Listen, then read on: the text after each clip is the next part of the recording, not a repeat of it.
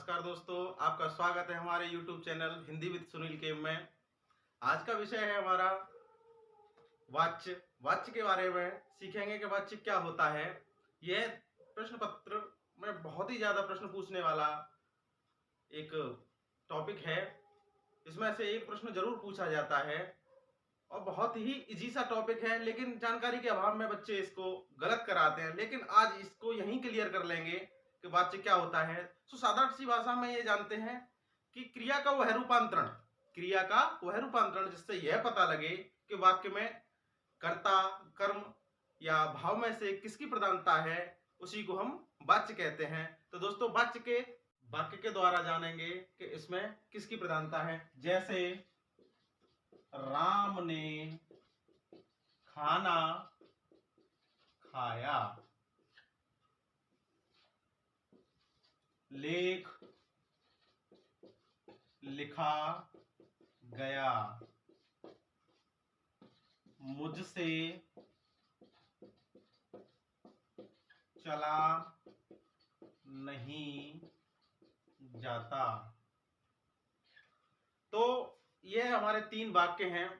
तो आप तीनों वाक्य में देख सकते हैं अलग अलग प्रधानता आ रही है। यहाँ पे कर्ता की प्रधानता आ रही है, यहाँ कर्म की प्रधानता आ रही है और यहाँ एक भाव की प्रधानता आ रही है।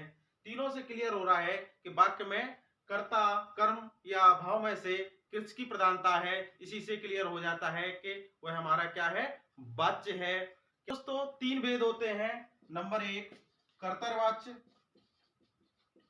जिसको हम कर्तावाच्य कह देते हैं। क्या कह देते हैं दोस्तों? कर्तावाच्य। नंबर दो, कर्मवाच्य। नंबर तीन, भाववाच्य। क्या कहते हैं दोस्तों? भाववाच्य कह देते हैं। तो तीनों के जैसे क्लियर हो रहा है नाम से कि जहां कर्ता की प्रधानता होती है वह कर्तव्यवाच्य होता है और जहां कर्म की प्रधानता होती है वहां कर्मवाच्य होता है और जहां भाव की प्रधानता होती है वह भाववाच्य होता है। तो मैंने आपको तीन उदाहरण अभी लिखे थे, इसमें जानते हैं। देखो, यहाँ कर्ता की प्रधानता हो रही है तो ये कर्तव्यवाच्य है, और जहां पहले कर्म की प्रधानता हो रही है वह कर्मवाच्य है, और जहां एक भाव प्रकट हो रहा है तो इसलिए यहां पर क्या होगा, भाववाच्य होगा। तो मैं बता दूं आपको, हमने हाई स्कूल इंटर में या अब भी पढ़ते चले आ रहे हैं हम, एक्टिव वॉइस, पैसिव वॉइस और इंपर्सनल वॉइस। तो यही वाच्य है वो हमारे, उनसे ही पता लगता है कि वाच्य क्या है। वाच्य के तीनों भेदों के बारे में जानते हैं दोस्तों। कर्तव्यवाच्य, जिसको हम इंग्लिश में एक्टिव वॉइस कहते हैं। दूसरा है कर्मवाच्य, जिसको पैसिव वॉइस कहते हैं। तीसरा है भाववाच्य, जिसको हम इंपर्सनल वॉइस कहते हैं। तो सबसे पहले है कर्तव्यवाच्य, क्रिया का वह रूपांतरण जिससे वाक्य में कर्ता की प्रधानता का बोध होता है।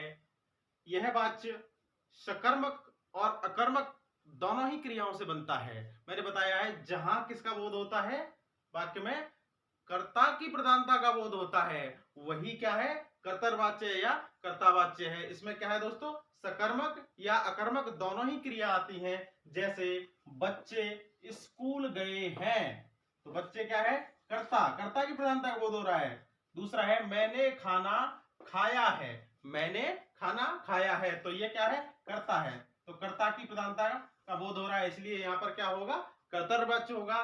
दूसरा है दोस्तों कर्मवाच्य, क्रिया का वह रूपांतरण जिससे वाक्य में कर्म की प्रधानता का बोध होता है, उसी को हम क्या कहते हैं, कर्मवाच्य कहते हैं।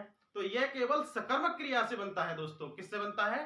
सकर्मक क्रिया से बनता है। और इसमें साधारणतः यही बात जानी जाती है कि सबसे पहले अधिकतर कर्म ही आता है, वाक्य में कर्म ही आता है। वाक्य के प्रारंभ में क्या आएगा, कर्म आएगा। जैसे लेख क्या है, यहाँ पर कर्म है, तो लेख लिखा गया, तो यह कर्म से प्रारंभ हो रहा है, इसीलिए यहाँ पर क्या होगा, कर्मवाच्य है। खाना खाया गया, तो खाना क्या है, यहाँ पर कर्म है, तो यही कर्मवाच्य कहलाएगा। तीसरा है भाववाच्य, जिसको इंपर्सनल वॉइस कहते हैं, क्रिया का वह रूपांतरण जिससे वाक्य में भाव या क्रिया की प्रधानता का बोध होता है, यानी स्वयं ही क्रिया की प्रधानता का बोध होता है, वही क्या है, हमारा भाववाच्य कहलाता है। इसकी एक खासियत है दोस्तों कि यह नकारात्मक वाक्य कहलाते हैं इसमें ज्यादातर है। कैसे?